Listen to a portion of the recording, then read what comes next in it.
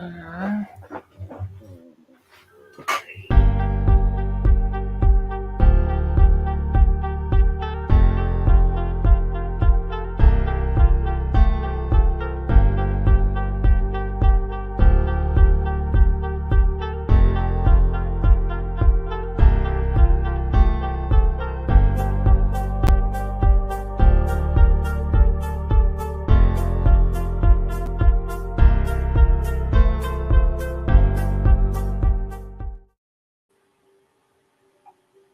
All right. Hello, hello, hello, fellow minders. Welcome back to another episode of Meeting of the Minds. what's all Uh, this then? and I am joined here by my good friend and brother in Christ, Mr. Bob Jones. Good evening, sir. What is up, my homie? So, I don't know if you've been following SDC news. We're going to talk about that tonight. I am going to give my review of Justice League Warworld, and that's a new one that just came out. I didn't even see that. It literally just came out this past week, and I got a nice little advanced view of it. So, of course, I'm not going to say how I did that, but I did, and we'll talk about that. And we're going to talk about first thing I want to do. I have got to give a shout out to our bros over at Ripaverse, kicking ass and taking names. Uh, and our boy also Josh Howard and our friend John Delarose. They are all out at SDCC right now. Love that Riververse is kicking butt. They did 1.9.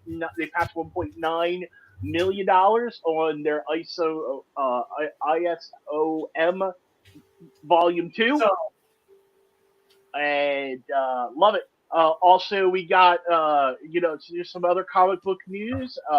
We got our boys over in the Iconic Comics. Our friends, Mark Pellegrini and Tim Lim. They're kicking butt and rocking numbers over there on Common America Volume 8. They are at $135,000 and almost 25,000 backers. And then also launched this week. A person and friend of the channel who lives over in Italy, Felipe Di Cavallara. He just released Storm Riders Volume 6 manga, and as you guys know, we Natsumi was a cameo in Volume 4. So love that he's kicking butt and taking names over there. Doing really good. He passed today. He is sitting at almost $3,300 on his goal. He's almost at 90 backers. And he's got well over 27 days to go. nice. So yeah. So I love seeing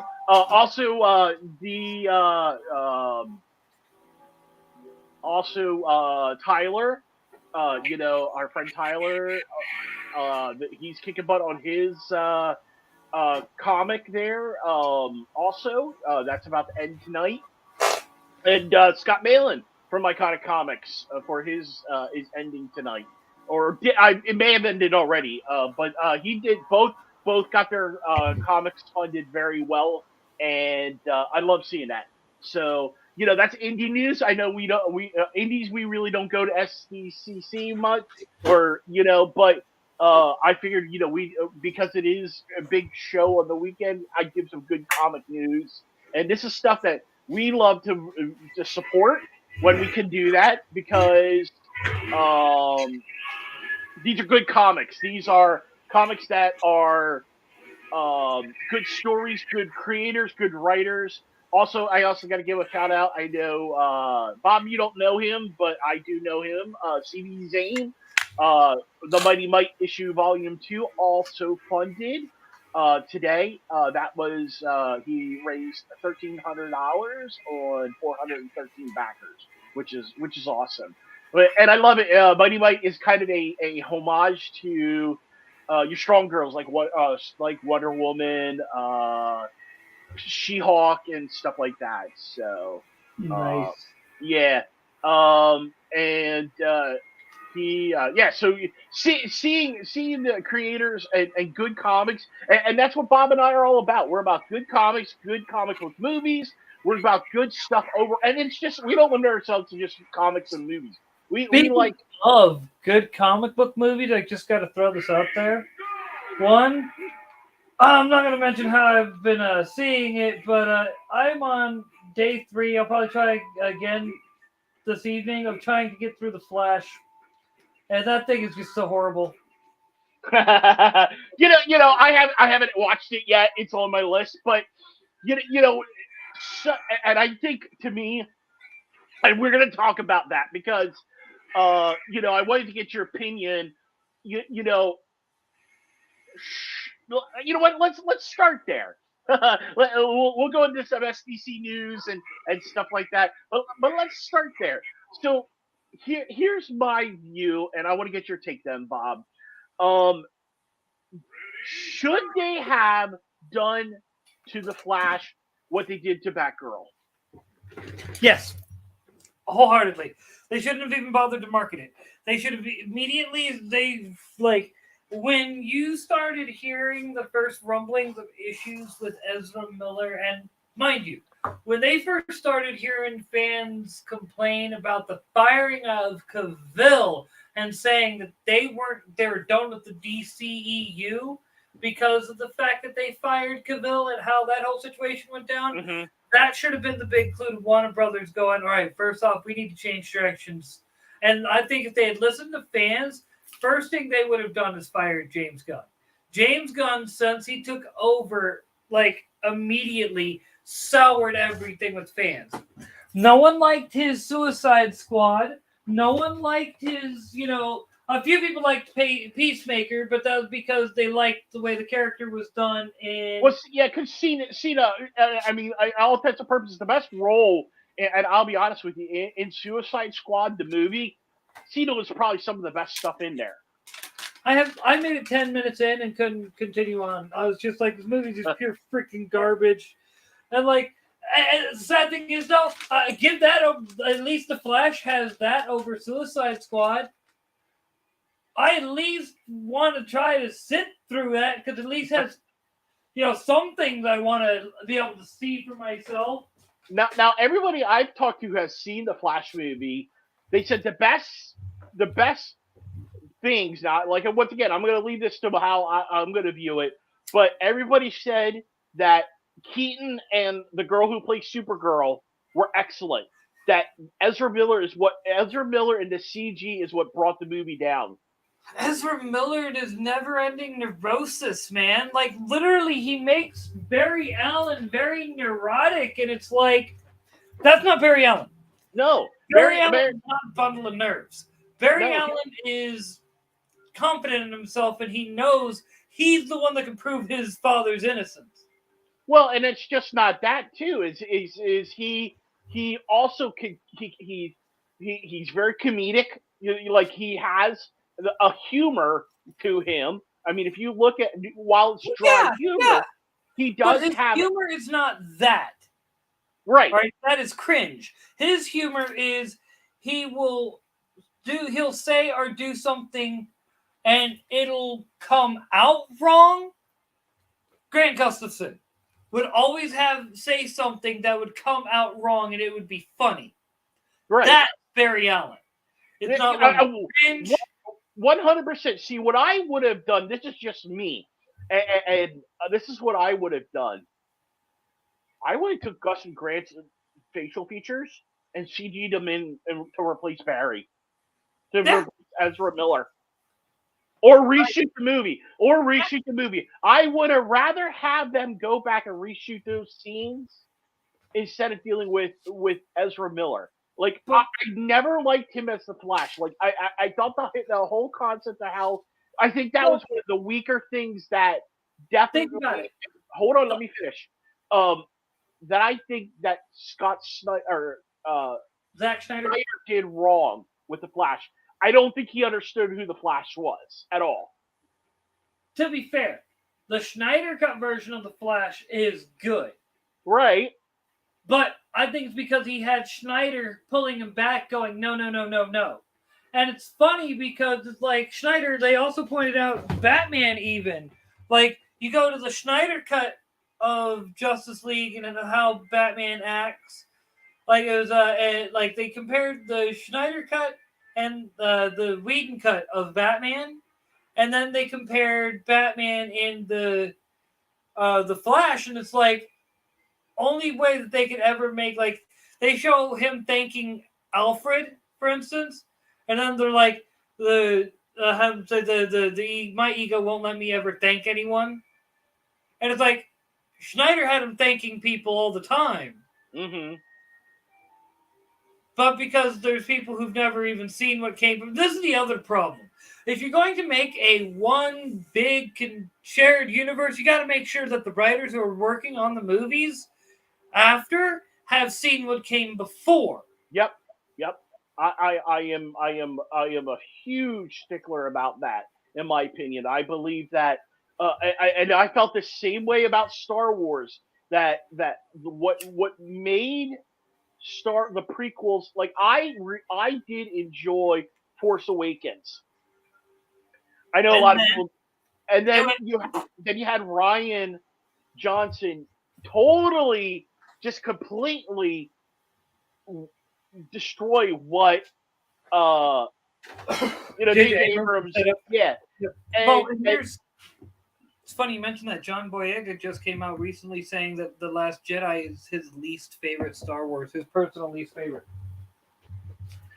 Well, of course not, because it did Finn dirty. Like, it took his character that was supposed to set up to be an important part of this sequel trilogy and turned him into the comedic joke. Because Rian Johnson hates Star Wars. Like, I honestly think he was a guy who, like, got in and was like, I know what these plebs want. They're so used to this cartoons and explosions. We need to give them art. Not understanding that what was there was already art. Like, it's just because he does not understand that art takes many forms, and ironically enough, something the plebs so-called understood, he ruined art for his own ego. I come back to, like, when the way they set, and this is why I really think they did Finn dirty, because the way he was set up in the first prequel, if The Force Awakens, you thought, like, oh, well, maybe he's going to be the new Jedi taking over, or he's got latent force powers or something like that. You know what I mean? And here's the reason why, to back up what you said. Hold on, let me finish. I'm just reinforcing what you're saying real quick. You can't use a lightsaber unless you're a Jedi or have some connection to the Force. Well, yeah, because if you try to use a lightsaber and you don't know how to use it, and this has been established in the books quite often, that people will end up cutting their arms or cutting a limb off or something because of the amount of heat. Because the Force kind of keeps the lightsaber in check, because that's pure plasma coming off the blade and stuff like that. So, but going back to finish what I was saying, like, I thought, like, I knew Rey was going to be like the next Jedi, but I thought, like, maybe those two together would be kind of like Luke and Leia from Star Wars. You know what I mean? That Luke would be in the next movie, Finn would be learning more about his powers, and Rey would go more the path of what Leia did. You know what I mean? And then when they didn't do that, the whole movie, excuse me. By the way, your food.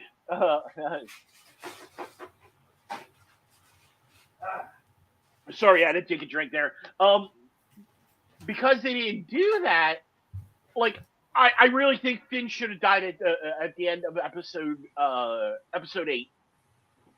It would have restored his character's arc 100% because he's sacrificing his life so that they could all win. They could win that battle. That's just me.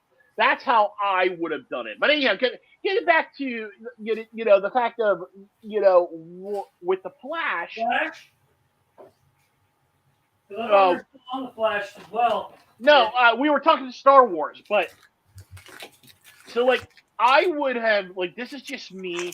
Like when all this stuff about him coming out and all this stuff, like I really would have either one of two things: either shelf the project, saying, you know what, no, we're going to shelve it. We're not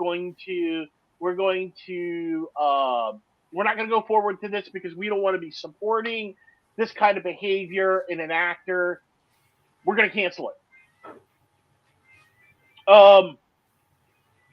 Or they could have said, "Hey, we're gonna get rid of him, and we're gonna recast Barry Allen, and this is going to be a new Flash, kind of rebooting the entire DCU universe." And they could have got away with doing a different Flash because it would basically be because the timeline changed, just like they did with Supergirl. Like, she's a different Flash. They did it with Michael Keaton. They can easily justify it because it's Flashpoint. Oh yeah, but the thing is, okay, one, they could have held off, all right, just recast Ezra Miller, all right. One, they had already had established a good DC universe, all right. See, let's be honest. The DCEU, the DC movies, whatever you want to call what they're trying to build's worst enemy is Warner Brothers itself. Because Warner Brothers does, like, Disney understood they have Kevin Feige there. Mm-hmm. Leave him alone. Leave him alone. Leave him alone. There will be high points, there will be low points, but leave him alone. Let him do his thing. Don't break down his neck. Sooner or later, it won't be quick, but the money will come type deal. You know what I mean? And they understood that. Warner Brothers kept looking at everyone that they put in position in that Kevin Feige type position and then breathed down their neck and gave them no creative control and no freedom and no time to actually make the movies needed to build that audience. When you got an audience that still fresh in their memory is Green Lantern because you were in such a freaking rush to get that movie out, and then follow that up with, the fact that Man of Steel, while was a success, take Dark Knight Rises. That is one of the most divisive movies when it comes to fans of DC movies. Right. They love that movie or they hate that. Then you have Man of Steel. Dark Knight Rises literally hurt Man of Steel because fans saw Nolan and went, like me, I'm not seeing it in theaters. So, DC has, like Warner Brothers has been tripping up DC the whole way because they didn't take into account they had a string of missteps early on in their forming of their shared universe that made it really hard for fans to actually give them a shot. And every time that someone tried to get in there and start building something, they gave them 1 to 2 movies to do something. And then when these weren't instant hits, they didn't make $1 billion like the Marvel movies, you're fired. Yeah, well, I agree with that. Like, I think, like, I really think, and I agree with that. I think people were just so burnt from what happened with The Dark Knight Rises, they were not willing to give. I think a lot of fans did not want to see a DC movie that quickly, and being tied to Nolan and stuff like that. Here's the thing. Warner Brothers could have gone to Nolan and said, "You want to complete your trilogy? You want to complete this story? It's got to be a part of a shared universe. You got to bring in Superman.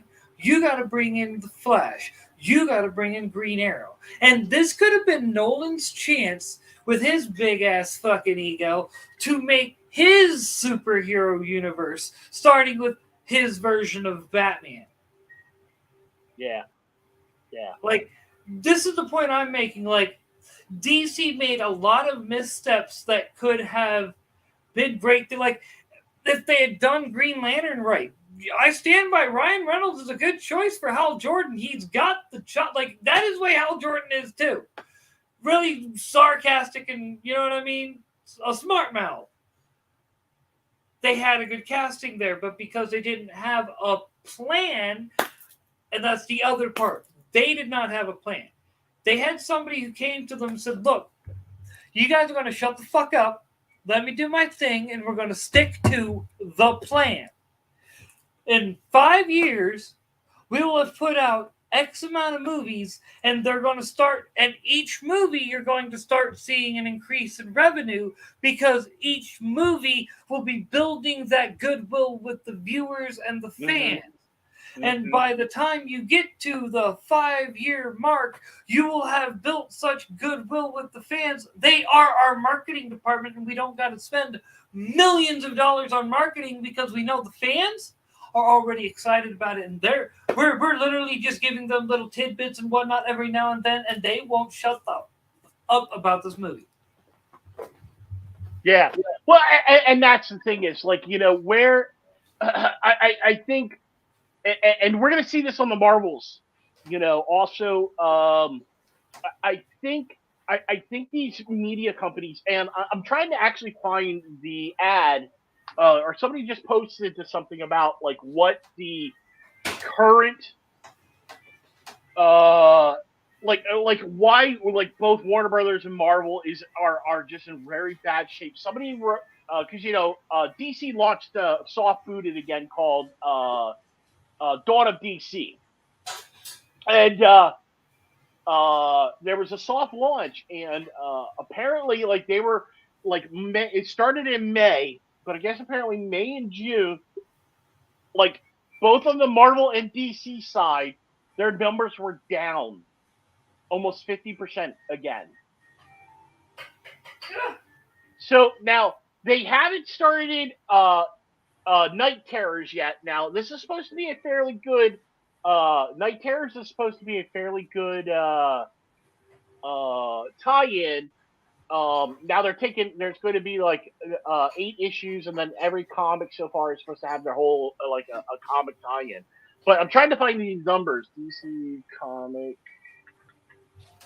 sales June 2023. Here's my thought, all right? You know, Marvel, for instance, they're depending right now because no one wants to see anything that they haven't. Do you think people are planning? Like, when have you heard one person really from the camp that would have, like, take, for instance, look at Captain America, the Winter Soldier, and the buzz around that movie, and Captain America, the New World, or New World Order. Yeah, I think it's what the name of the movie is. All right. Do you even really hear people talking about it? Do you hear people being excited about it? No. I see updates and I'm like, whatever. I swipe past it. I don't give 2 fucks about these movies. You don't. Most of the people who 10 years ago, you would have, like, if you had even just a clip, just a photo of these actors in costume, all of us have been like, oh, I gotta see it, excuse me. You know what I mean? Now, oh, really? No, I don't really care. I got other things to worry about. Okay, so in the top 10, all right. We're gonna go do with the top 10. DC only has 2 titles in the top 10. Batman at number 3, Wonder Woman 800 at number 6. Okay, and Batman's still always at the top. And I think why Wonder Woman was able to get on because it was issue 800. You know, but yeah, they were talking about even in like some of the other like. So here, okay. Marvel crushes all the competitors in the top 25. Month-over-month sales were flat as Marvel also had 17 comics in the top 25. Year-over numbers were off up over the 15 comics that Marvel had in the top 25 in June of 2022.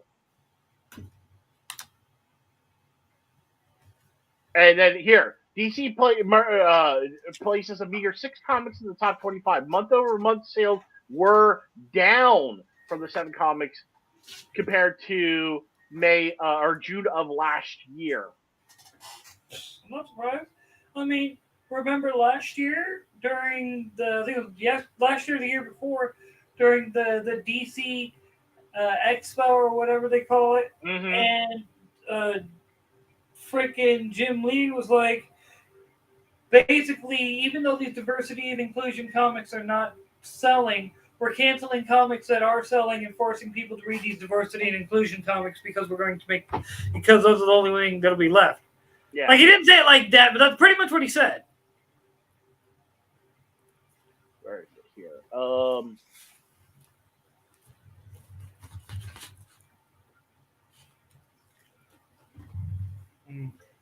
Yeah, like I see, like I honestly see what's going to end up happening is I can't see DC holding on. Warner Brothers is going to have to do one of two things. Either they're going to need to gut their entire top of DC and get new writers. Stop hiring the same people over and over again. I'm sorry, Tom King sucks as a writer. He should not be on Wonder Woman. Tom King should. Okay. They should have known. Tom King wasn't their guy when Tom King flubbed the marriage of Batman and Catwoman. Yeah, I would agree with that 100%. Like I think that was that you know I'm tired of seeing, and I think it's still this good old boys club. You know that all these people that are up there. Now I'm not saying every writer is not bad. Like James Tynion is really good. I like him. I like Rick Remender. I like I still like some of the writers, but for the most part, like I really excuse me. My allergies are acting up tonight. I don't. Well, they got Mark Waid back, which we know all about that. Okay, okay. So who is Clunon, Conrad, Rodriguez, and Renzi? Do you know any of them? No. Okay. Now Wade's in Moria, I know, and Bonneville, I know. They're on DC Superman, World's Finest. Okay, now Priest is on Black Adam, but he's finishing that up. T.D. Howard is on Catwoman. I never cared for her as a writer. Of course, Tom Taylor's on Nightwing. Now Porter, and I've been getting the Superboy, but I haven't read anything yet. Like that's because you know me, I'm a huge Superboy fan. So I haven't started reading that because they only have 3 issues out, so I'm kind of holding off on that. Now they do have Josh Williamson on Superman, which is I'm okay with. But it's up to $4.90. It's up to $5. No, Tom Taylor. Okay. The previous writers for a lot of these characters, even though you get good writers in there, right? It's working on these stories and delivering what readers would like in line of proper I guess you say the proper characters on being on page like they should be and everything, not the skin suit wearing monstrosity that they have been having. Mm-hmm. They still gotta somehow work around all the shit that's now canon that doesn't work with these characters. Like for instance, the fact that Superman and Lois Lane, quote unquote, practice kink. Not something fans needed to know. No, not at all. Okay, okay, so now, would you have announced something like this? Now, as much as I would love to see a Godzilla and Superman crossover, they're doing Justice League versus Kong versus Godzilla. That's too much. Like, if it would have been like Superman and Godzilla, I would have been okay with. Yeah. You know, but when you're dealing with all of that together, like, for me, it's just too much. I'm the Batman fan, and I'm like, what the fuck is he gonna do? Fly his bat jet into him? Literally, guess what's funny? I gotta show this to you because you're gonna freaking laugh at this shit. Man, my allergies are kicking my butt tonight. Boy, I always have my Zyrtec on my desk. Always. Yeah, well, I just haven't taken my medication yet tonight. Look who's flying the bat jet. Right around Godzilla. You called it. What's Batman gonna do? Excuse me, I'm gonna go put my head in the oven now. You said, what is he gonna do? He's gonna fly in his bat jet, and literally the promo image has the bat jet.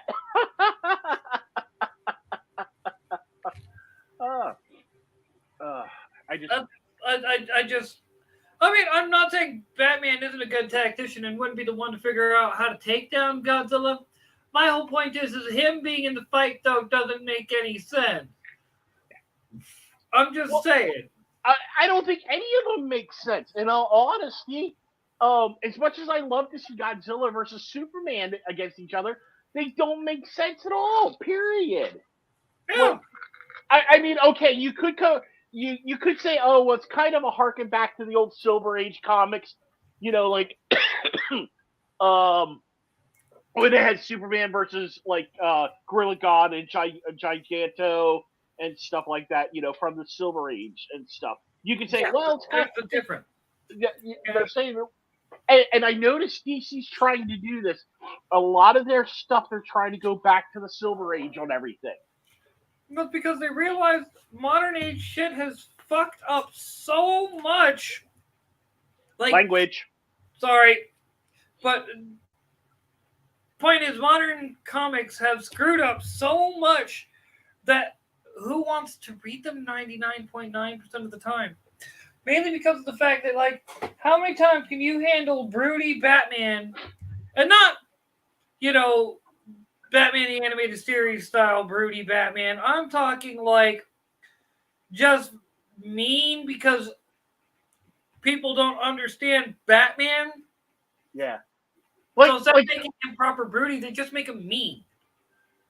For me, one of the things I don't care for, I'm sorry to tell you, Poison Ivy is not a hero. She's not an anti-hero. She is a villain. 100%. Wants to wipe out humanity. Right. Now, Harley Quinn, I could say, okay, yes, you could have her as an anti-hero because technically she was, she was a psychiatrist beforehand, but she got warped by the Joker. And there's been several instances, even in her original source material, where they showed her stop and do the right thing randomly just because it was the right thing to do. And it just got out of character for her, but that's the whole point. Harley Quinn was still, and it's one of the things that the first season 1 of Harley Quinn did get right. She may be a villain, she may be a bad guy, quote unquote, but she was still a good person. Yeah, because there's a lot of times if you watch the BTS original series, there was a couple times she would struggle with some of the choices she made, and then she would be like, she would just do because ultimately the Joker had her so warped and stuff like that. And even in the DCAU, they had her straightened. Once the Joker was dead, she immediately straightened her life back out. Yeah. Well, then she was also in the Suicide Squad, which kind of changed who she was in the comic. I'm not talking about the movie part. Yeah. In the comic, the Suicide Squad, it's some of the best advice Sensei ever gave me was look at those you surround yourself with, and you'll see your future. Look at your friends, you'll see who you shall become. Okay, And, so go all ahead. right, I was gonna say, so like one of the big issues I have, like, okay, so here we are in this next arc. We're doing the Dawn of DC, and we're into this Night Terrors series. Like 1, 2, 3, 4, 5, 6, 7, 8, 9, 10, 11, 12, 13, 14, 15, 16. There's 16 different comics in August alone. 16, 17, 18, 19, 20, 21, 22. 23 comics, sorry, that are all tied into this Night Terror. Why do we have so many comics tied into that series? Well, I mean, don't get me wrong. Like, take back when they did Eclipso. They had a lot of books tied to it. Yeah, it was a big DC Universe per se Well, event. and they But did that to Blackest Night too. They did do that with Blackest Night. So but go ahead. these were stories that were actually good Yeah, well, that people wanted to read. the way what I'm doing basically is I'm waiting until Night Terrors is done to read the whole series because I just don't want to, and it's the same thing with like I did with Deceased and also with DC versus the Vampires, which isn't a bad series at all, which I need to do a review of. But like some of this stuff, like I don't get what they're doing. Like, uh, like they're rebooting Fables. I thought that was supposed to be done. They weren't doing anything else in that universe. I didn't even Um, know that was DC. well, that was originally Dark, not Dark, Vertigo. Like Uh, Fables was originally Vertigo and stuff like that. But anyhow, so like I don't know. It's like I don't know what DC is thinking that these things are going to be successful. Like I would rather see them like okay, you're going to do Night Terrors. Okay, I don't have a problem with Night Terrors being done, but do you need that many book and titles each month? What about especially other characters that don't even get anything? well, here's my point. You're already struggling, right? Yeah, So do the smart thing. Instead of doing a massive universe-wide event that gets all your books doing pretty much one story, get back to basics. Get back to basics. yeah. Single story, like every floppy has a self-contained story, and just stick to that for a little while. Build up to arcs again, where if something was being, going to tie into something big and over, or take Doomsday. Take Doomsday. All right. The build up to Doomsday was like what, 6 months long? 6 to 8 months, yeah, something like that. Like they slow rolled that before they finally did the complete death of Superman. Yeah. All right. Well, then even Reign of Superman, the same thing.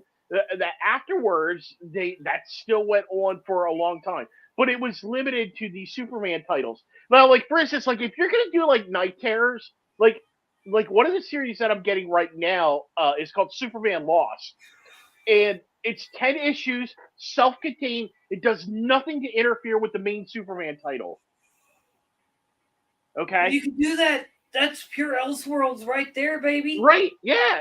And to me, that is basic writing. You're still using your main character, and like you could do the same thing with you can do the same thing with Wonder Woman. You want to introduce Wonder Woman has a new daughter, Trinity. Yeah. Like I think what should have been done, she should have been introduced in the back of Wonder Woman issue 800. You should have been dropping hints about her for a long time. Yes. You should Preach, have been Preach. Yeah, you should have had these things going through. Like I like the other series I really love that I still get is Batman White Knight. I am still collecting that series because you know why? I consider that an Elseworld title. It has nothing to interfere with the main DC universe at all. I That's hate why, the bat costume in that though. you know, I can take it or leave it. Yeah, But my personal, I don't like it. And well, you're talking to a guy who has like several different versions of Batman throughout his house. yeah, I know. But then you have once again like Batman Superman World's Finest. That does not interfere with the main DC universe. It's separate adventures of Batman and Superman doing their own adventures. Yeah. So why are they? I just don't get why. And I can even say Marvel to a degree. For instance, you're going to kill Kamala Khan off. And then the next month bring her back. Why are? Yeah, hold on. Let me talk. Why are you killing her in a Spider-Man title? Why are you not killing her in a Captain Marvel title? Right. Or in a Miss Marvel title. Or in a Miss Marvel title? Book. Yeah, in her own book. Like I don't get it. Like what you should have been doing is you should have had her then start interacting with the X-Men, and this is how I would have done it. I would have started having her go away from the Inhumans, and I would have had her starting interacting with the X-Men, where she's struggling with the fact of that that there's this X-Men and Inhuman battle and stuff like that, and she's kind of caught in the middle because she's friends with some of the mutants, and like she's making some decisions that ultimately end up getting her killed. And then what I would do is I would wait till you release the when the Marvels movie they gets really want released. to make it important, make it impactful. She stays dead for a cool, and I mean a cool minute, like years at a time. Like they put we're not bringing her back for X amount of years. Her death, we're not just going to kill her and then bring her back. We're going to have her death be something that is impactful for the overarching Marvel universe. And when we do bring her back, it's something that'll be impactful for the whole Marvel universe. Well, I think, and part of the problem why it wouldn't work is because of them having the Marvels movie coming out in November. So they kind of already shot themselves in the foot because fans would be wondering, well, wait a second, why are they releasing a Marvels comic or movie, but she's not in the comic? You know what I mean? So, but yeah, so like that it's just neither here nor there. That's kind of something I would have done. That's just me. You know, I would have been teasing it across this whole last year. And if you wanted Spider-Man involved in it, you should have Spider-Man involved with it with the X-Men. Like it should have been something that could have been, and you could have done X-Men, Spider-Man, and Ms. Marvel. You could have done a crossover where you had a couple issues where they tie into the main story of her dying. Something like that. You know what I mean? It's just that, yeah. I just really don't know what DC and Marvel are doing. Like I'm like, to me, I'm like, I'm lost on why they're making these decisions. Oh, I can tell you why they're making these decisions. They have. So it's funny you mentioned this. All right. So I was talking to my buddy Doug last night because I watched the director's cut of Daredevil. All right. Okay. The good version. Yeah, Josh, you kitty. And they had there on the Cryon, I think that's what it's called, for the arena or whatever, where his dad was boxing at one night, and it had Matt the Devil Murdoch or whatever, or his dad Mike whatever, and fighting Ramita, and I laughed. I was like, because a little reference that I missed over the years, and I just now caught. And then I explained to him how Joe Ramita is one of the greats, and everything he did and everything. And remember, he died recently. Yeah, Joe Romita Sr. Yep.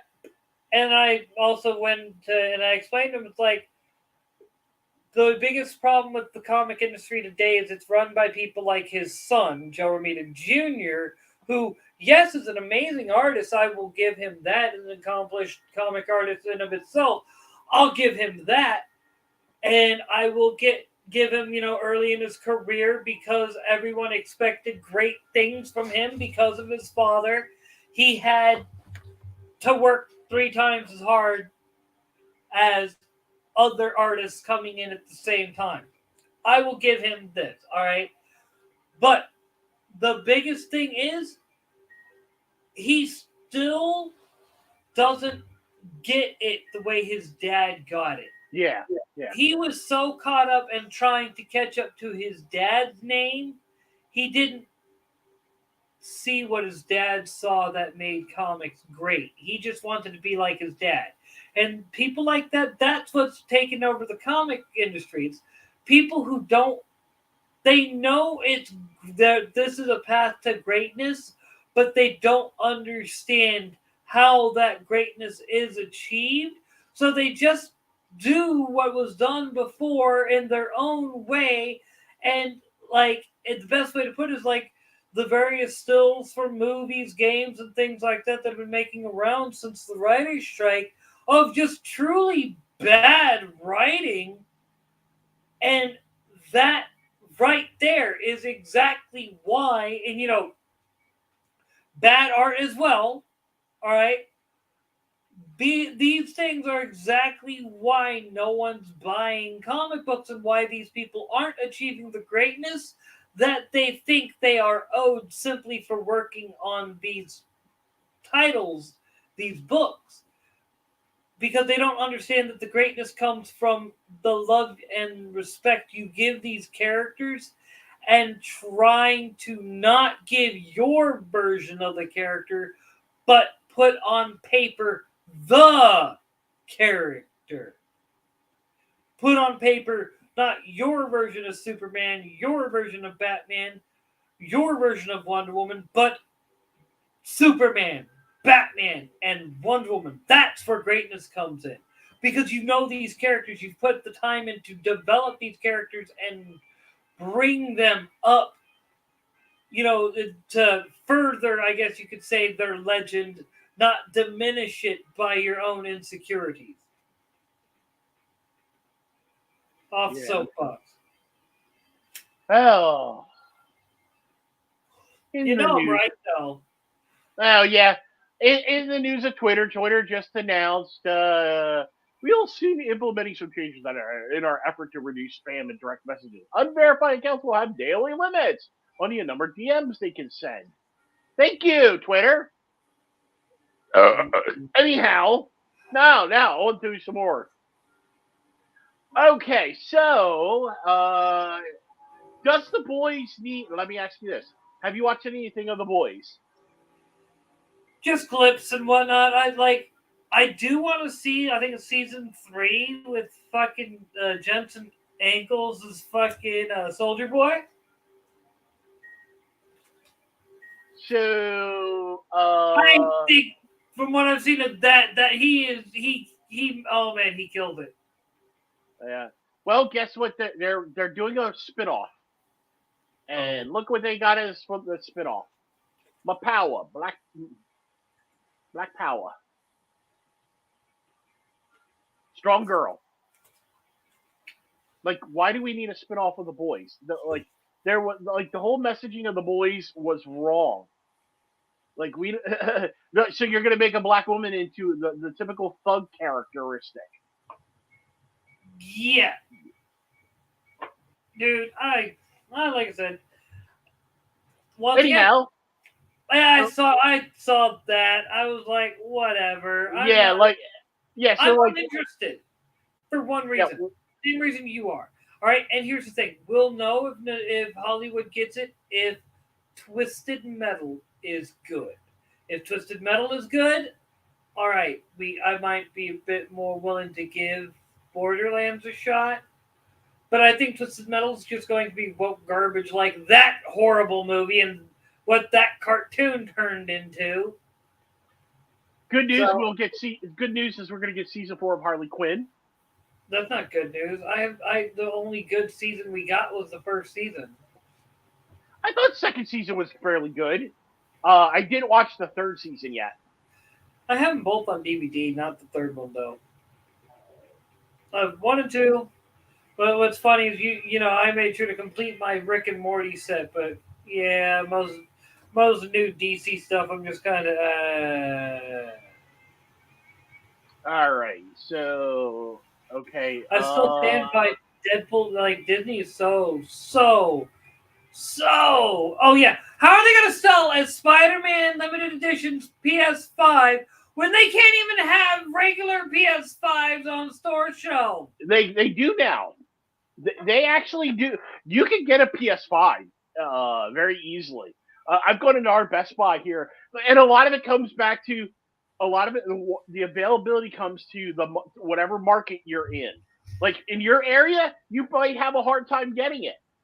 Whereas like in my area, yeah, I actually got mine fairly easily. But yeah, the nice thing though, even though they're doing this, Sony is actually going to be releasing the controller and the plate separately, that you can replace them. So yeah. Anyhow, have you played Spider-Man at all? The game? Nope. Okay. I will eventually get it. And of course, we still don't have anything on what's going on with our X-Men 87. You mean 97? 97, yeah. Other than it's already been renewed for a second season. Yeah, but we haven't it hasn't even aired yet. Like, how are you getting a second season when it hasn't even aired yet? And it's taking this, it's taking this long. Hey, Neo. I was wondering if you're going to come in today and stuff like that. What's up, Neo? So I know my sister's going to be happy about this. She's a huge Walking Dead fan. Let's see here. Rick and Morty, the anime. Oh my god. Yeah. Ooh, John Wick spinoff. I wonder how that's going to do. Yeah, and also look who's going to be the next Mortal Kombat. I'm down with the fact of I like that I'm seeing Omni-Man and Homelander. I don't know how Peacemaker's going to do though. Like yeah. I'm thinking Okay, can we do? I will give John Cena's Peacemaker this. They at least gave him a comic accurate costume. I give them that. It's actually not 100% accurate, but it is close. Oh, so we're getting a new looks like we're getting a new Mortal Kombat Legend video movie. Yeah, you didn't know that they were already working. Oh, it's an animated movie. Yeah. Oh, I thought you were talking about the live action the sequel to the live action one, which I wonder when that's going to finally start going.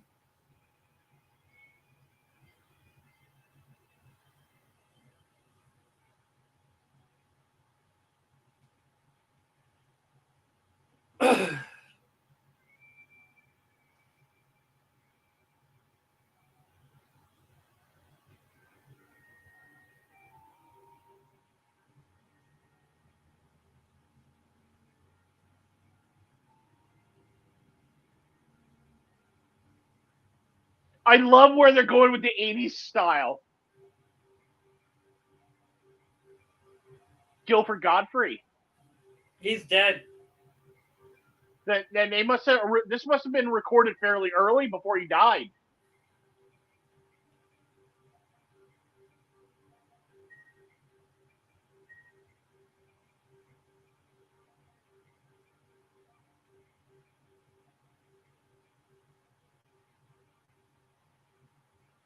Albie!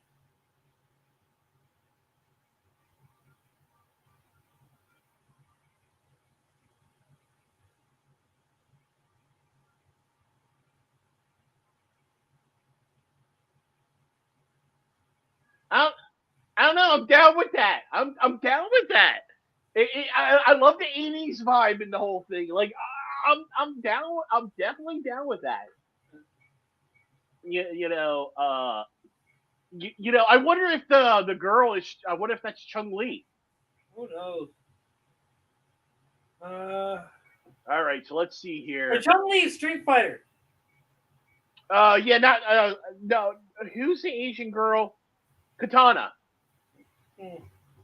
Which, speaking of, by the way, I did play Mortal Kombat. Bro, look at how they did the skull on the Punisher. It's like they're trying to ditch the one that no one likes, Yep. and they're bringing at least giving him some sort of firearms.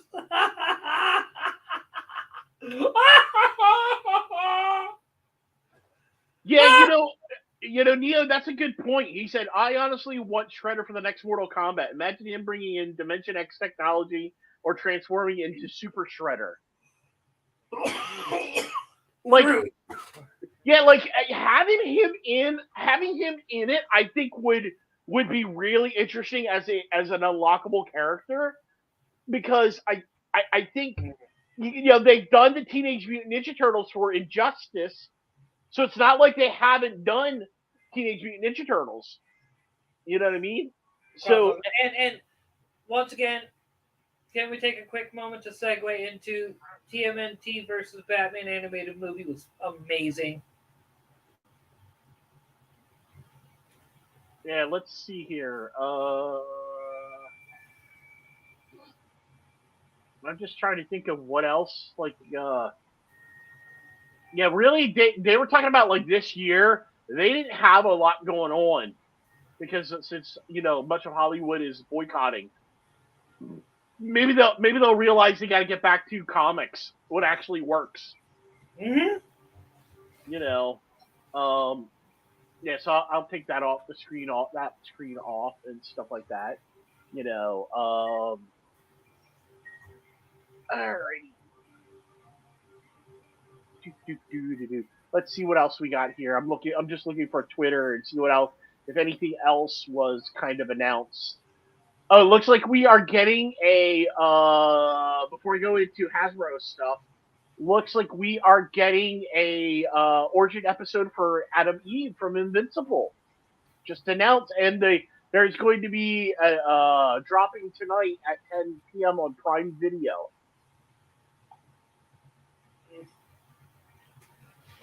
I still need to see Invincible. Everyone says it's a great cartoon, and I've yet to even watch it. Oh, it is great. Hey, Jimmy Palmetti's there, and he said, observation, without all the Hollywood stuff, he says SDC is a huge success for comic fans and creators. Packed panels, booths selling out, artists doing very well. A very great show so far. That's what I like to see. This shows like no. Well, you make a valid point right here. It shows that that's what Comic Con's supposed to be. Damn it! It's supposed to be just for us comic book guys, us guys who have their whole house littered top to bottom with freaking action figures from various comic characters and whatnot. Yep. Because of the fact that that's what it was about. We take Wizard magazine. One of the biggest reasons why it I guess you could say did well is it did embrace all things geek related, comics, video games, anime, anime, yeah. All right, and it occasionally have a spot on some random bad horror movie because a lot of the guys are into these same things. They're also into bad horror movies. Take Tim Lim, you know what I mean? Or not Tim Lim, but Mark Pellegrini. Mark Pellegrini loves his cheesy horror movies. Yeah, I'm the same way. I would rather sit and watch 70s horror exploitation than watching The Flash. Yeah, granted, I'm not that. I think for me, mine would be I'd rather rewatch Dune for the 50 millionth time than watch The Flash.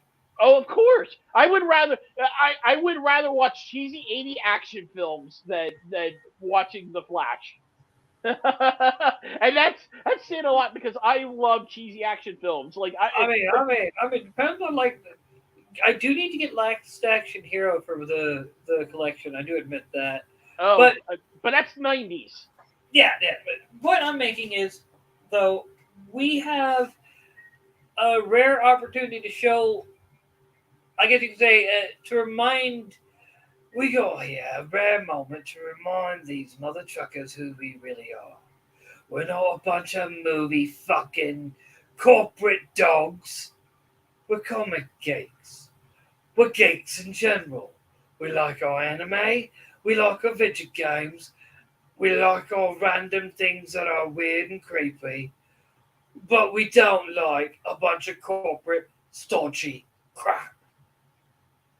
And that's literally what SDCC became. Yep. Corporate dodgy bullcrap. So here's a guy who responded to Jimmy, which I agree 100%. Hey, imagine that Comic-Con for comics and creators. What a novel approach! I'm thrilled to hear. Though I recall those days before the Big M bright the Avengers to Hall H, and it was never the same before. I'm being facetious mostly, but it feels like what that's all about. Uh, The feeling comics it, again is a boon. yeah, Yeah. that's like, and that's what and that's why I always like going to Baltimore, because that's the thing with Baltimore Comic Con. And by the way, Josh, I talked to Josh a few when he announced that he got into SDCC. I said, when are you coming to Baltimore? Because my goal is, if he's going to do Baltimore, I want to work his table. I'm willing to help. I'll go to Baltimore. I want to work his table because I want to hang out with him.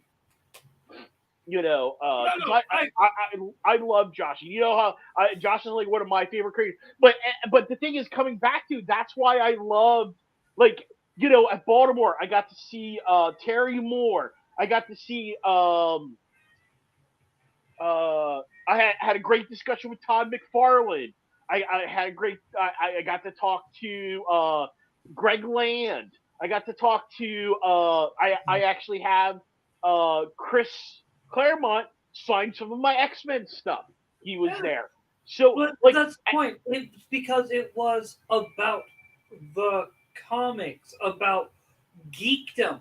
We need to yeah, get back to these events being celebrations of geekdom and not celebrations of corporate stodgy bull crap. Like I was like, it's funny because I was playing with my buddy like the same thing. I was like, the biggest thing that killed Wizard magazine was you had money. The basically you had people come in and go, you know what we need? We need to make this. We need to focus on just the comics and this, that, and the other, not realizing that they first fired McCormick. That was their number one mistake. There was that he understood one, jokes were the way. We are a bunch of geeks. We don't take ourselves all that seriously. We know better. Two, they went on to fire over time pretty much all those who were still at Wizard from its launch. And then within 2 years, 3 years, they fired McCormick, I think, in '06. And 5 years later, you know, the whole magazine was done. They stopped publication. yeah, And it's because when you focus on something and you make everything corporate like Wizard became, because one of the things they did, they removed all the geek humor. They sanitized it. And it's like, that's what, when you're dealing with geeks, you gotta act like a geek or we're just going to think you're corporate and stodgy. Why did early Marvel movies work? Because it wasn't corporate and stodgy in the way it felt. It felt organic and it felt like geekdom, real geekdom. Where it's a bunch of like what's his name? The dude that directed the first Iron Man and played Happy Hogan and everything. Uh, Also played uh fucking what's his name in Daredevil? Foggy Nelson, but he understood, like he was a fan, and he tried to make a. I mean, he's obviously a comic fan. Like he's been like you, the way Iron Man was. Only a fan has that attention to detail and modernizing the story to like that well. Does that make sense? Mm-hmm. So looks like Aaron Lopresti and Aaron Sparrow were at San Diego Comic-Con. Yep. That's awesome. So yeah, like it's like I'm loving this. I'm love seeing. Now, granted, you did have some movie news and stuff like that, but I loved seeing stuff like we're getting the Johnny Cage announcement. We're getting the announcement for the boys. We're getting the announcement for stuff that actually ties into comic books. Like I'm okay with them doing movie announcements if it's tied into nerd geekdom and stuff like that. Movies, video games, or something like that. I have no problem with that. It was just all the other stuff at San Diego Comic-Con, in my opinion, just didn't need to be there. And I love, and I can say why. Well, a lot of people say, well, why John Wick? Well, John Wick did have a comic book, and he had a video game. So, John Wick had John Wick started as a movie, but got very much embraced by the geek community. Yeah. Because he was very much a superhero-like character. Yeah, he had, and the thing is, you had a lot of anime elements in it. You had a lot of action elements. You had a lot of comic book elements. Yes. So, like, it kind of crossed a lot of genres that we like. Plus, Keanu's the man. We just all know that. We just all know that. So, welcome back, Neo. We all know. If someone tried to Me Too Keanu, no one would believe it because there's photos of him refusing to touch people. Yeah. Like we need, as guys, we need to protect Keanu, whatever we do. We just, because he is like him and Henry are like, for me, are like the two, and I would say Tom Cruise in a lot of ways. Like, I see those guys as male role models. Now, yes, Tom Cruise can be very kooky with his Scientology stuff, but when it comes to movies and him doing roles, he's the GOAT. I'm sorry. And same thing with Keanu. They do their own stunts, for the most part.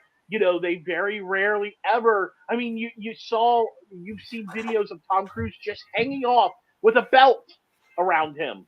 Yeah. And then you see shots from like Secret Invasion where you have, fucking Sam Jackson chair. And they have to CG the gun. No, don't just CG the gun. All right, CG his background. Yeah, that's crazy. That is crazy. Like, practical effects worked for many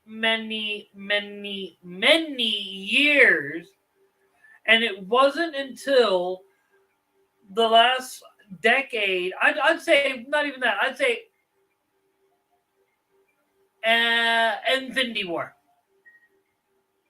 I'd say, Civil War, Infinity War era, like somewhere between there is where all of a sudden Marvel, just the quality really went down and everything became CG because they were just trying to maximize profits in these movies. Yeah.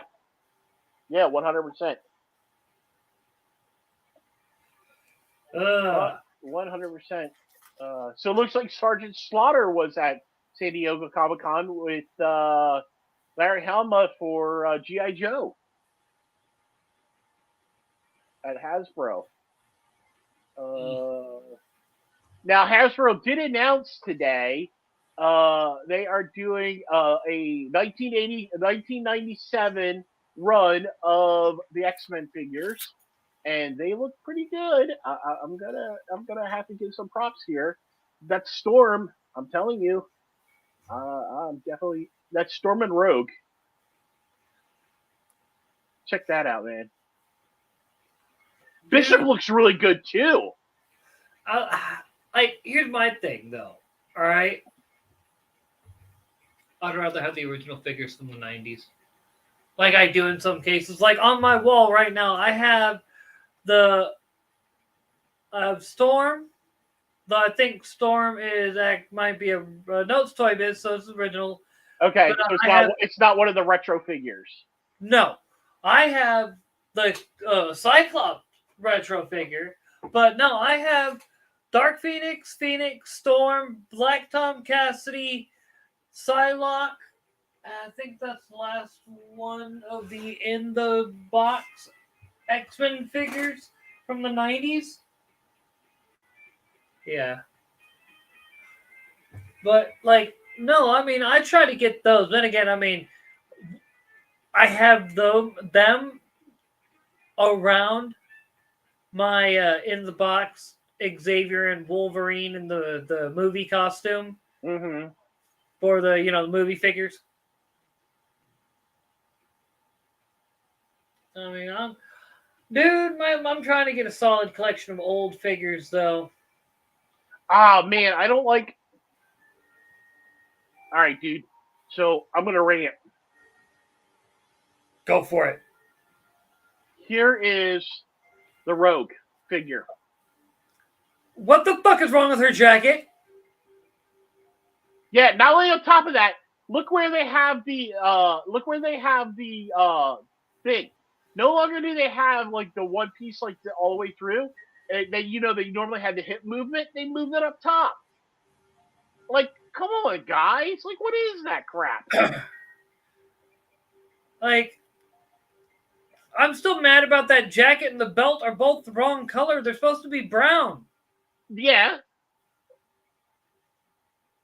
Like, come on, guys. It Don't was fuck with pretty. my waifu. Don't fuck with my waifu. Yeah, like in the '97, it was brown, but she did have a green jacket. Now that might be an alternate variant though too, because Hasbro is known for doing variants. The green jacket was in the comics in the later '90s when Right. they had her doing the it was '80s in her transition from her one piece when she started wearing the jacket because her original was sleeveless and she just wore gloves. Remember that?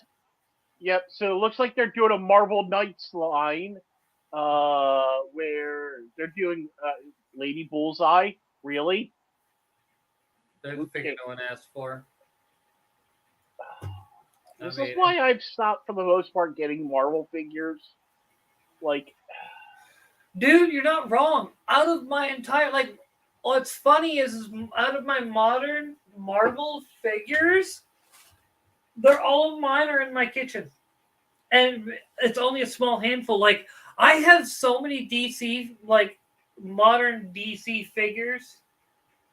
Like, it's not even funny. Like, but excuse me, McFarlane.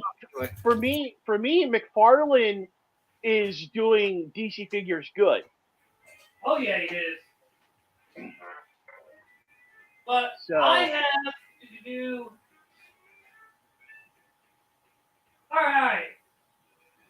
1, 2, 3, 4, 5, 6, 7, 8, 9 of the regular full size, and 6 of the 80s style figure re-release. You know what I'm talking about? The little 6-inchers. Mm-hmm.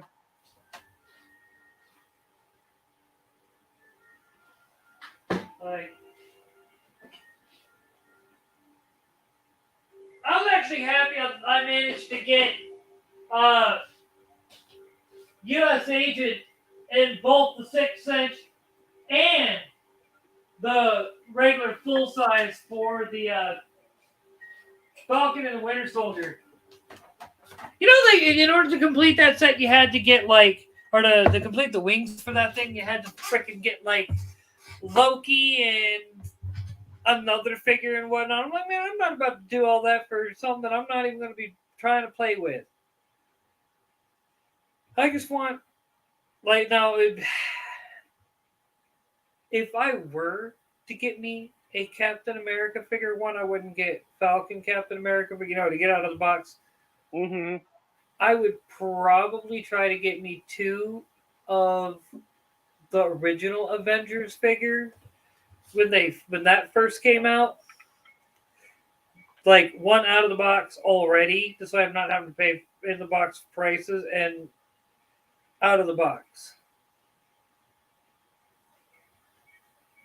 Like, oh, have you noticed how they? If I remember right, when you buy the first Avengers movie, now it's called Avengers Assemble. Hmm. Like, I saw that, I was like, what? Uh, but let's be honest, after the freaking, I had a brain fart there. Uh, Birds of Prey, and then they changed it to Harley Quinn, or the Birds of Prey and the Something Emancipation, the Beautiful Emancipation of Harley Quinn, to just Harley Quinn Birds of Prey after it had been out in theaters for like 2 weeks, saying that it was just too confusing of a title. Hmm. I always thought that was comical. Oh, I need that one for my collection. Oh,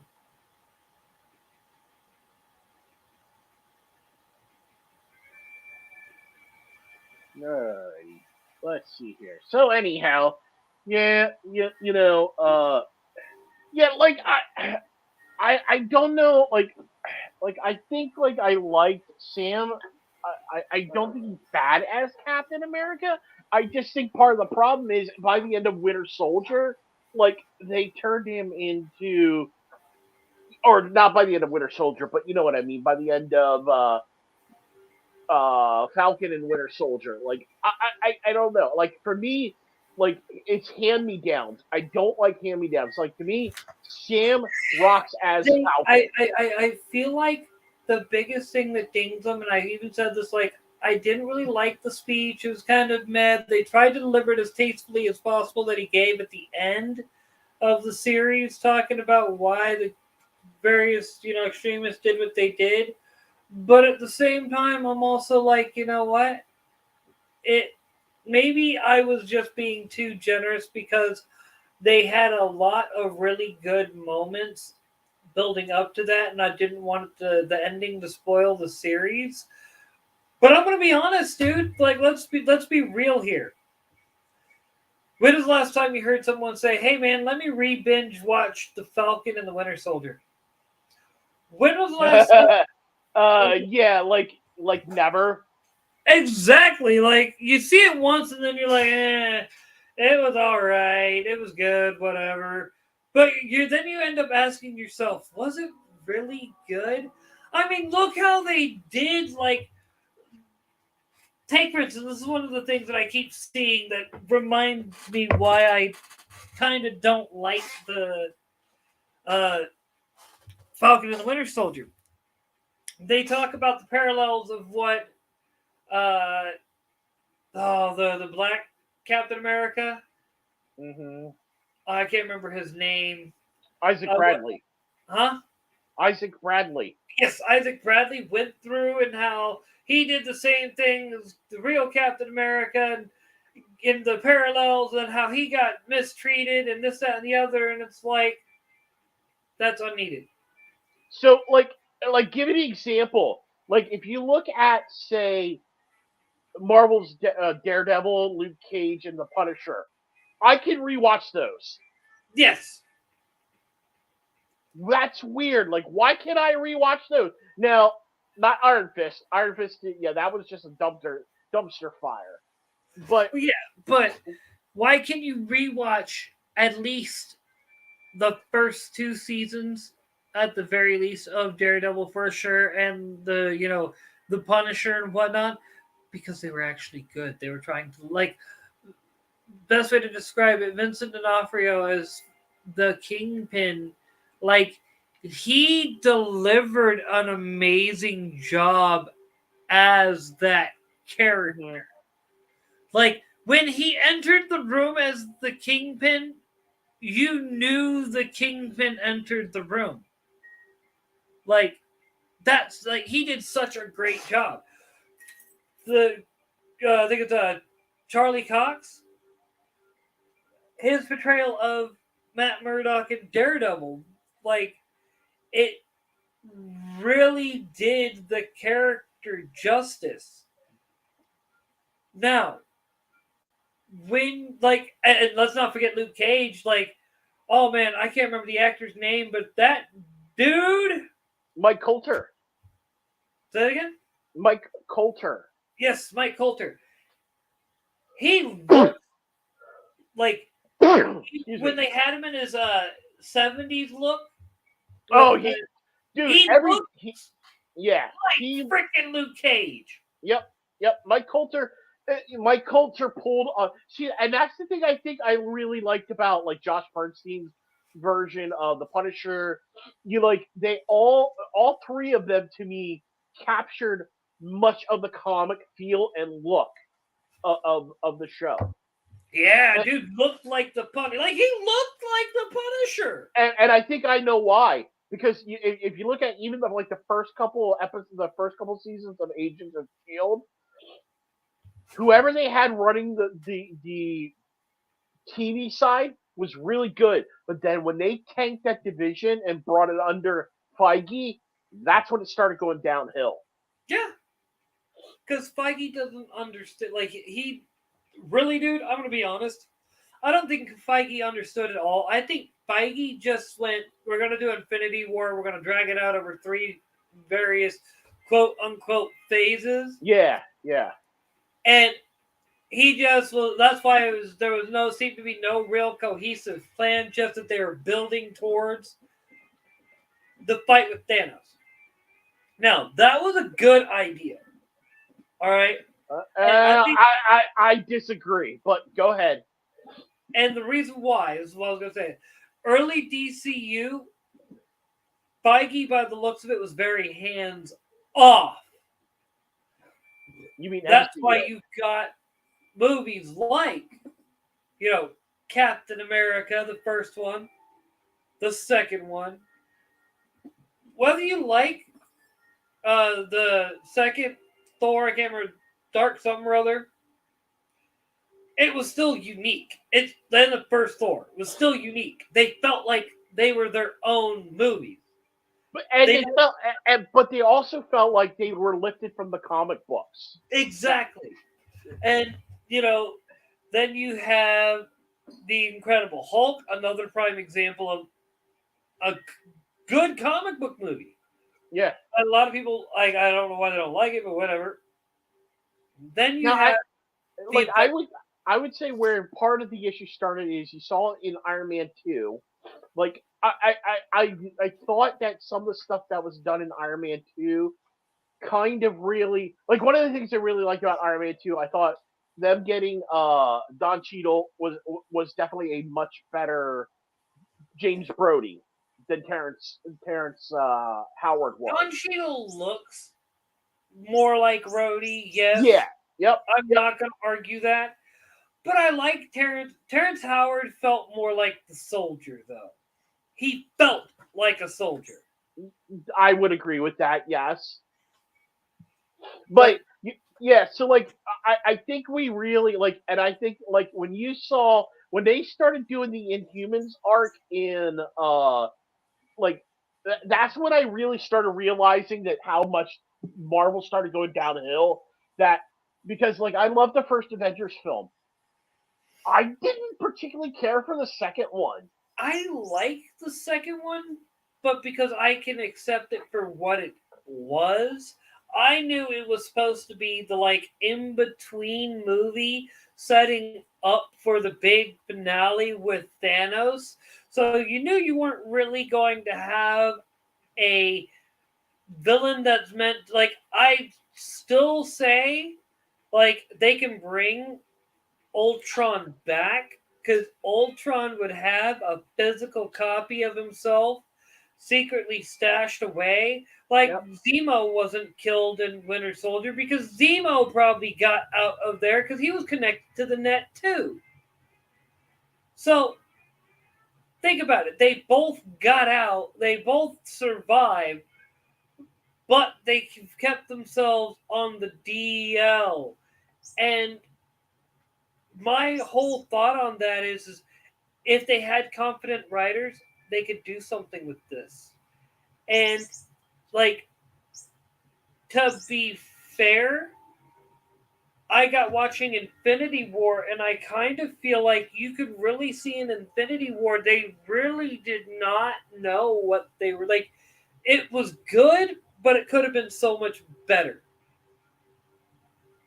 Yeah. Like, you could tell they weren't really sure how they were going to do this. You could tell the Russo brothers was just trying to drag a single movie into two. Does that make? Yeah, no, I agree. I agree completely. Because what they could have done is they could have made it a 3-hour movie, had the snap happen halfway through the movie, and then the second half is them trying to come back. They could have skipped the girl power scene. That was unneeded because the whole point of the super... You've had Black Widow keeping up with these mother truckers since the beginning. Who needs a girl power scene? No one said Black Widow was any lower than the... Whatever. Yeah. Whatever. Yeah. The whole like bit where they have to return the stones. Well, guess what, Buttercup? It doesn't matter. They still created alternate timelines anyway. It's like the whole premise of Endgame is just dumb. And like I feel like having Tony Stark do this big sacrifice at the end was just them trying to pull a Stephen King and go aliens like he does in half of his books. That's funny. Which is so true. Which is so true. Oh man. So all right, well it is 10:30, so if you don't mind, we're gonna wrap it up. I actually have a baby shower to attend to tomorrow. The baby shower? Yeah, I have friends who are coming in from town that live. People I know, their parents. I grew up with the mom, and her daughter lives out in Michigan or Wisconsin or something like that. They just recently had a baby, and they're coming back to visit the family and everything. So, with their new baby. So. Hey, there you go. Yeah. Hey, like I said, what can I say? We can't talk about like. Let's hope next year when SDCC happens, it's the second year in a row where it becomes a strictly like guys like us going again. Like I want our spaces back. Does that make sense? Yeah. And I think we might slowly be taking them back because we've stopped being nice with these invaders. We've started telling them they can just, buzz off, and if they really try to press the, you guys, no, do you even? We now dump our mass knowledge of comic books on these dumbasses, and then tell them to buzz off. You don't know what you're talking about. Yeah. So, because that's pretty much what happens every time you see these debates happen with Eric July, for instance. Eric July, that man, whether you like him, love him, hate him, whatever, that man's doing more to help comics and help push these posers out of our space than anyone else. Yeah. I'm going to be honest. EVS wishes he was Eric July. Eric July is the real deal, while EVS is a. Here's the funny thing. If Eric July gets this out, he'll actually have more comics out in the span we've been doing that they've been doing CG because EVS still doesn't have. I don't think he's got out Wrecked Planet Volume 2 yet. I highly doubt it. He's too busy being a celebrity, dude. And like, I'm gonna be honest, when he went on like Timcast IRL and he started talking about CG, like I hope he realized a lot of the real OG CG guys, not the ones that sold out to and capitulated because they wanted to be with, they were starstruck by his fame as a comic creator, Mm-hmm. and even I was a little bit, but at the same time, they been doing so sold out CG. Well, guess what? You can have the name. We may not be CG anymore, but we're still indie comics. And indie comics will be here long after CG has died. Interesting. I just looked back. Josh hasn't done volume 3 yet of Moonbird, T-Bird and Farlow versus the Ape Man. It's supposed to be in May. Hmm. Would you believe that's the last comic I backed on Indiegogo, and before that was in 2022? I bet. Dude, no. I look at Indiegogo, right?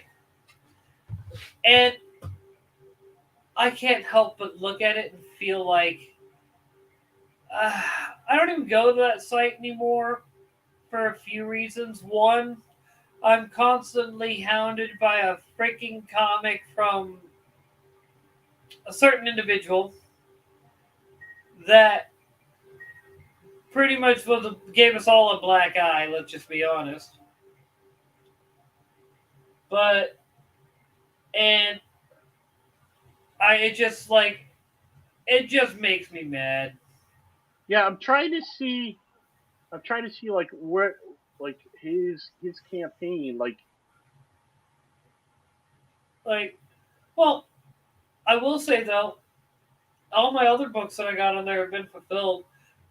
Took a little bit for Wicked to get me taken care of. I mean, I didn't get the Not Safe for Work edition of McKinnon Chronicle that I'd ordered, but I'm not going to complain because you know what? When I got that, I think I was right when I was first starting to fall under Catholicism, and I didn't know that porn was like legit a sin.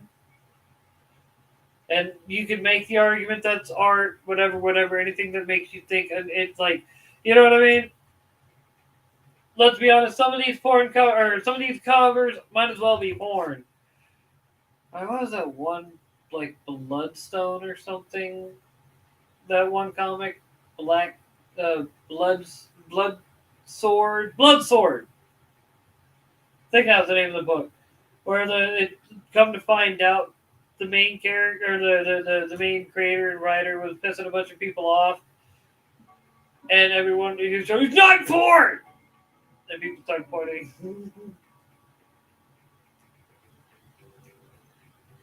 I haven't been on Twitter much lately. What are you looking at to be so quiet? oh, I'm looking at Rainbow Brute.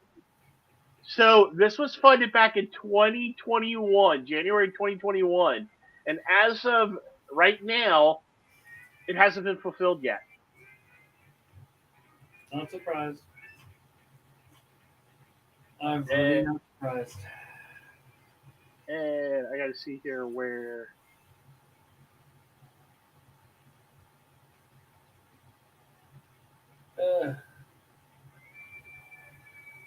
I'm trying to look here. What else? Yeah. So, yeah. Anyhow, I mean, but yeah, yeah. So, like, yeah, I agree. Like Neo said, Eric July has made excellent use of his income resources to make his own imprint. I even wish that I had a fourth of that production rate. Well, here's the other thing too.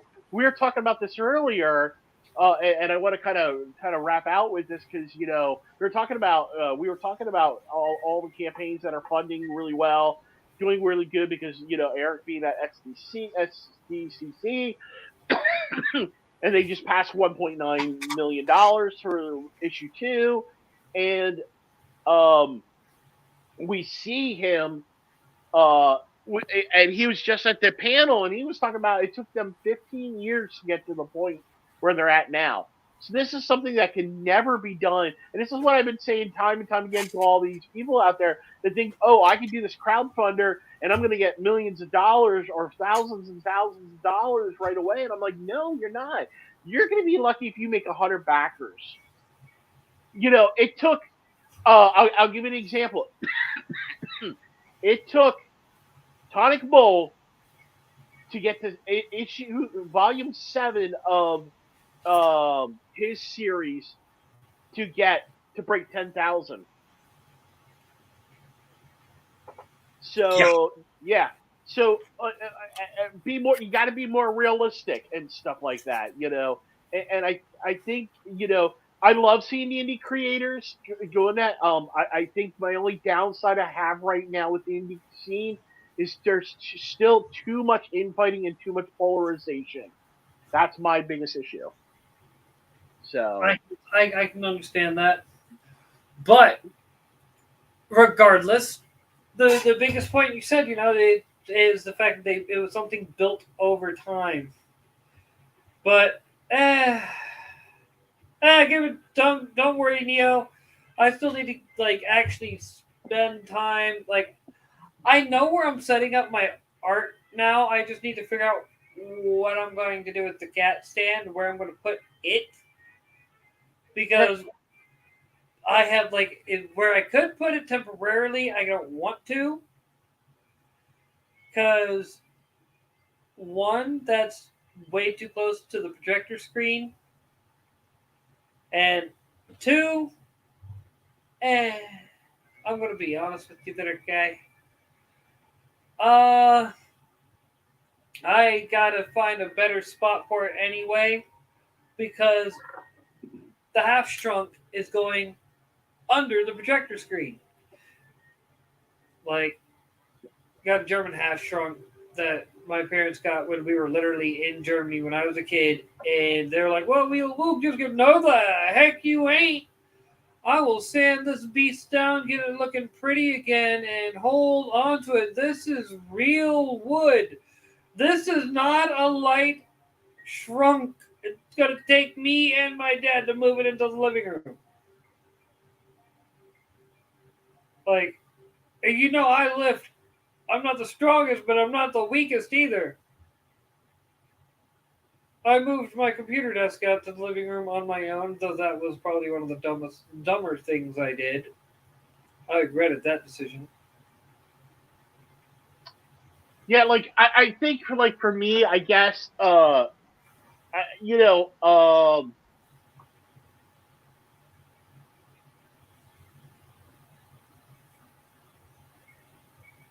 Don't leave us in suspense, mate. No, I was reading what he was saying. He said also the crowdfunding is supposed to be for whatever the production of the comic is, whatever that leftover is for afterward is for profit, not the other way around. I would agree with that completely. It is supposed to be to get stuff done, 100%. Right now, that's kind of what Eric and I are fighting over. Well, actually, I haven't been talking to him, but I have the funds on hold right now because I need to see of other options, and I might fulfill the campaign myself, which means it might be late. But he also put a cease and desist on me to work on the comic, so yeah.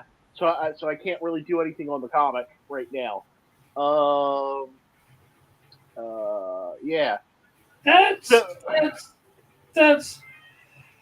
of all the drama. Even if we were let's say you and I had a book, I would want you working on the book. So as soon as the ship was resolved, hey, even though we've been fighting, we haven't. He did this full on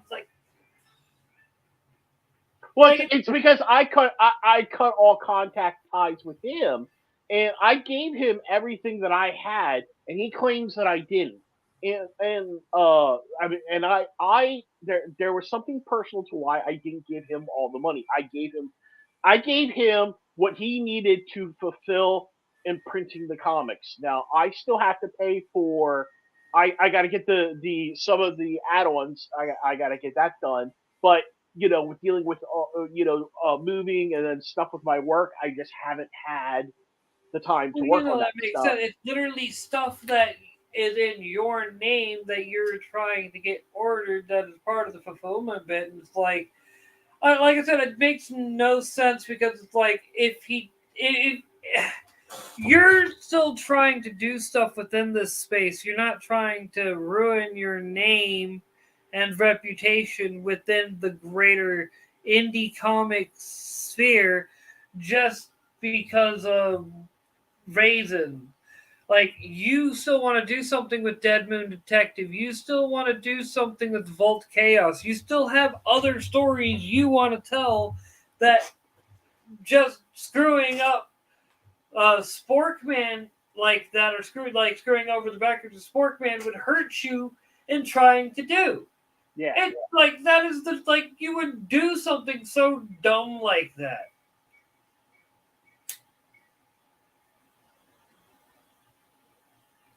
Yeah. But whatever. Yeah, I mean, it is what it is, and I mean, like right now, it's just frustrating to me. It's not. Yes, am I the one to? Was I the one to block all contact off with Eric? Yes, because there was some stuff that, and you and I have talked about this. There was stuff that was going on in the background that I couldn't be around him anymore. And Yeah. I knew that was going to hurt the project, but I have. Here's the funny thing is, the lettering's all done. The comics in digital format. I'm just not allowed to release it until his contention is he wants the rest of the money sent to him, and I'm like, no, I don't feel like giving you money because I don't know if you're going to fulfill the comic. Show me that you're fulfilling the comic. I sent him enough money over there to get the issues printed. Yeah. It's you're trying to it's the best way to describe this. It's and I want to phrase this right. It's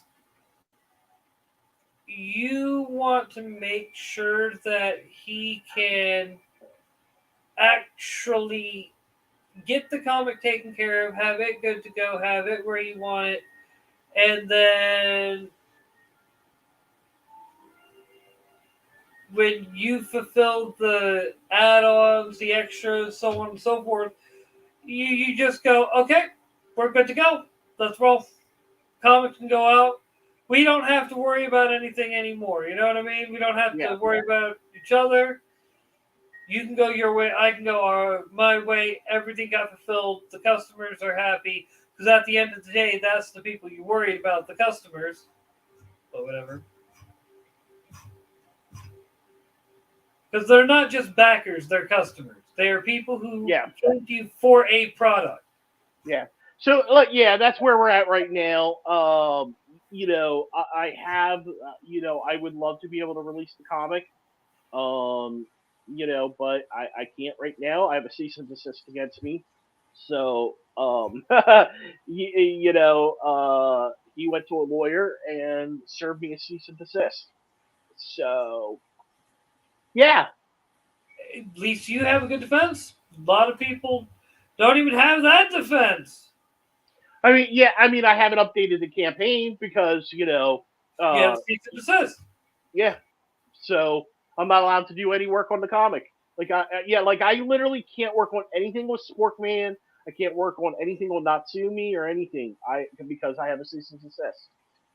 So yeah, I feel like breaking it and just do it, and but I, I'm praying about it, what I need to do and stuff like that.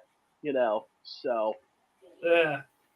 but anyhow, so yeah, we're gonna wrap it up here. Not to end on, but the good thing is, we got good stuff though going on out there in the comics. Don't get depressed. And this is all I can say is don't let little infighting, don't let depress. If you love comics, find creators that you love, like Ripa, like Neo, um, Tim Lim, Brian Ball, even if you like EVS, support the creators where you can support them. And, indie comics, indie movies, indie music, this is the future. I've said it time and time again. I believe the indies are the future. Is it going to be hard? Yes, 100%. Indies, because we don't have the capital, we don't have it, but you can do it.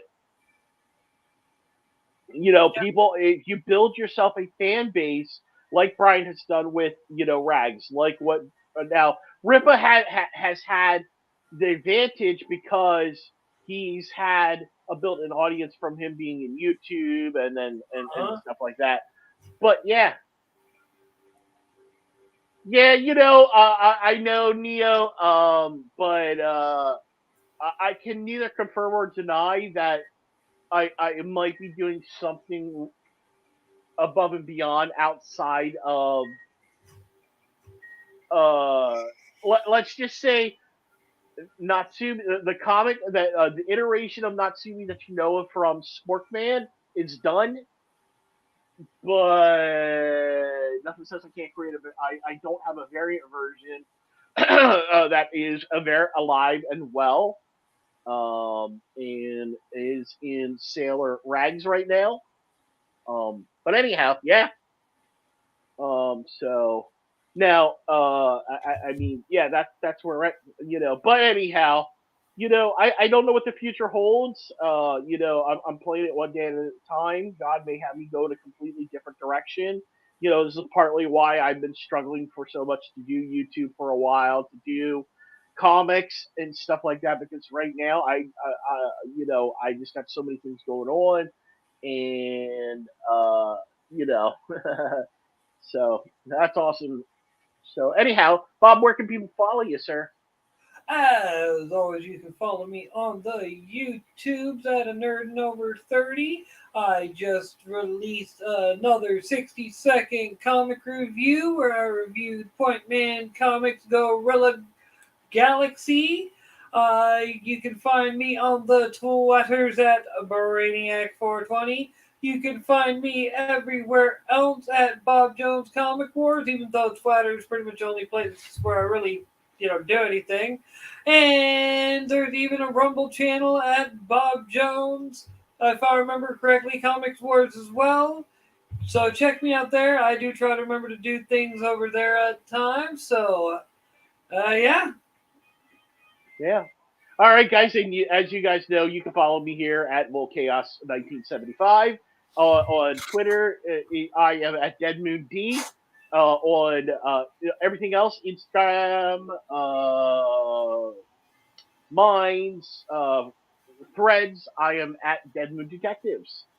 Because unfortunately, Twitter doesn't allow me to have doesn't allow me to have that long name. Gotta love it. So yeah, thank you guys for those who came tonight. Neil, appreciate seeing you again, brother. Always good seeing you. And Bob, shout out to you always. We'll see you all guys on the next stream, and have a great evening. Later, folks.